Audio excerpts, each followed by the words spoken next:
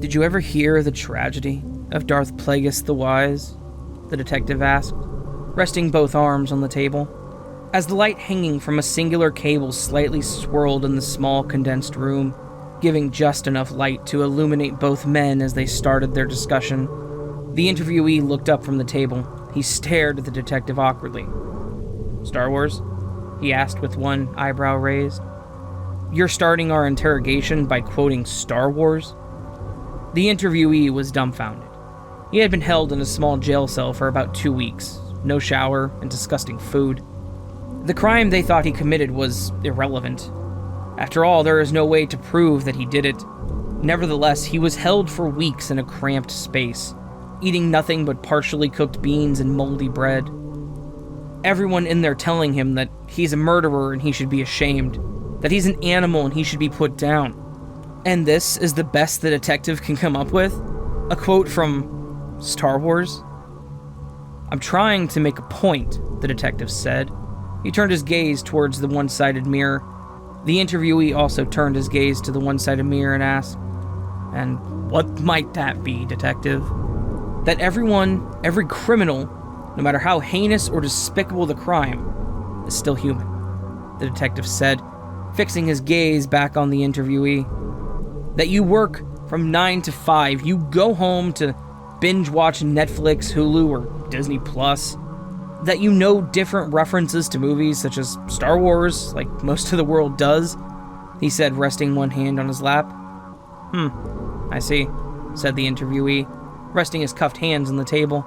Looking down at the table, he said, "May I ask you something, detective?" "Go ahead," the detective replied. "Do you believe in evil?" the interviewee asked, looking up at the detective. "I believe people are capable of evil things," the detective replied. "So you do believe in evil?" the interviewee asked, leaning closer to the table. "I never said that," the detective answered.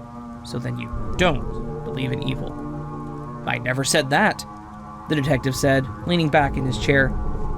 "I believe people who are good are capable of doing bad things. I also believe bad people are capable of doing good things," the detective said, trying to make his answer more clear.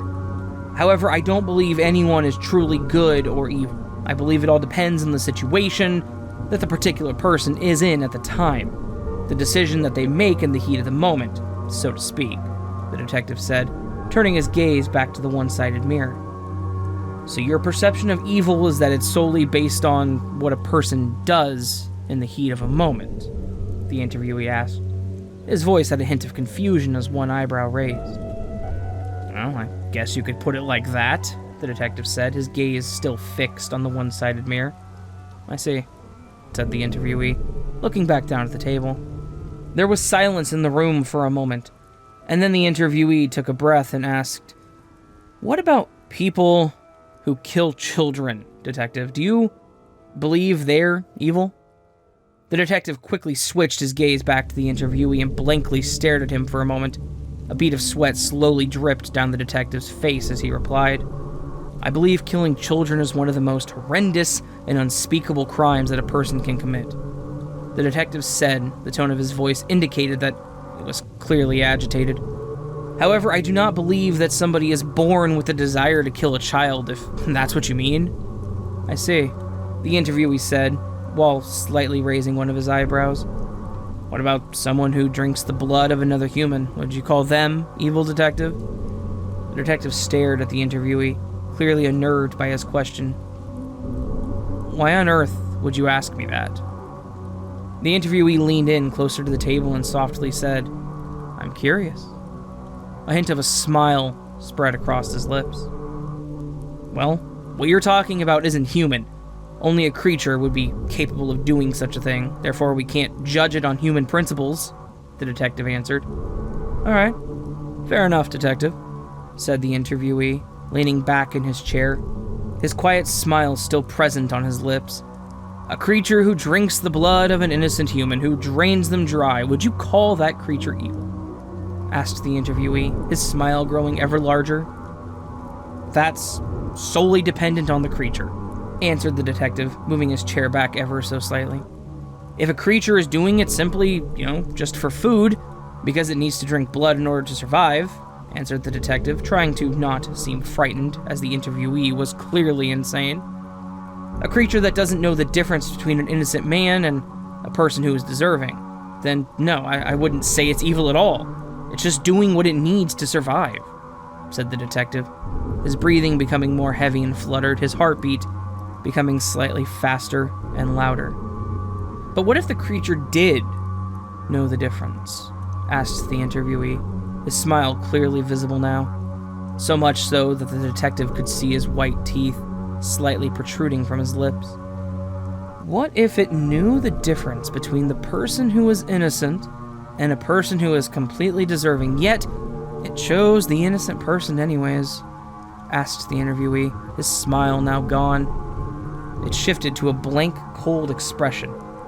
The detective swallowed a little. On the inside, the detective was panicking, knowing he had to get out of there soon. Well, then, yes, I would say it's evil, the detective said with a clear panic in his voice. The interviewee smiled, returned as he said, "But these creatures, they're not doing it for sport or for hunger, are they? No, they're doing it to hide, to blend in, to protect themselves from the harmful rays of the sun," the interviewee said with his voice raised. "They know if they drink the blood of their host, they then look like that host. Their identity, their memory, all of it is theirs," the interviewee shouted. "You know what, I think it's time for us to end this interrogation," the detective interrupted. "No," shouted the interviewee, "because you're going home to his wife, his children, you're tucking them in tonight, reading them bedtime stories, telling his wife that you love her as you slowly plan their demise behind their back." At this point of the interview, he was furious. He was slamming his fist on the table. The detective got up from his chair. He looked at the interviewee and said, in his all-too-familiar panicked tone, You're trying to trick me into giving something away. It won't work." "But that's the thing, detective," the interviewee said while looking up at the detective. "It has already worked. From the moment you stepped in here, you have given everything away." The interviewee broke the cuffs off his hands and grabbed the detective's, pinning him to the table. "You took an innocent man's life," the interviewee said, hissing through his teeth. "A man who gave an oath to uphold the law, protect the innocent, a man who loved his wife and children, his 2 kids.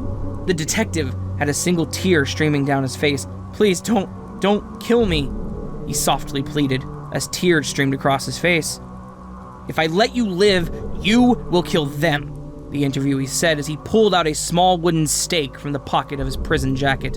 "Evil does exist, detective, and your kind is the epitome of it."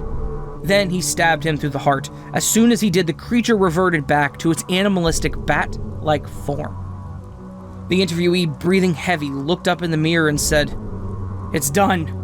After that, a woman entered the room. "Are you sure he's dead, Arthur?"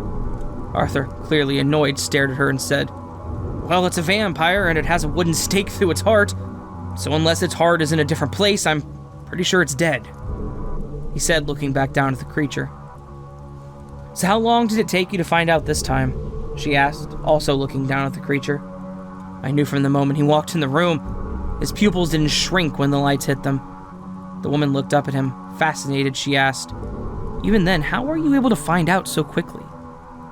"Well, when you've been alive as long as I have, 2,000 years to be exact, these things tend to come naturally," he said, looking over at her as he continued. "Make sure to contact GAPD. Tell them Detective George Rogers died, cause of death, stress-induced heart attack shortly after this interview began." "Yes, sir." Before she left, she looked back at him and said, "Sir, if you don't mind me asking, what if he truly didn't believe he was evil and he was just doing this simply to survive?" Arthur looked back at her. "Look, I know you like to believe that, Susan, but make no mistake, these things are evil," he said, looking back at the corpse. "I know why you feel sympathy for it, the way it pled for its life, the way that he made the case for himself, putting you into a false sense of security." He glanced back at her. "This is what they do, Susan. They manipulate. They make you believe that you're safe, that you can trust them. Then, at the moment when you least expect it, when you let your guard down, they strike," he said, looking back at the corpse. Susan looked back and was immediately disgusted with this creature.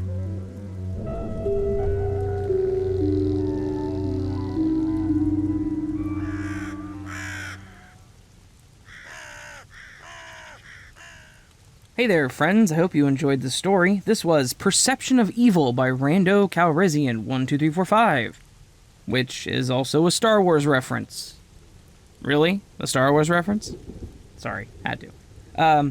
Yeah, this was a great story. I really liked how it was a vampire story without being a vampire story, if that makes sense.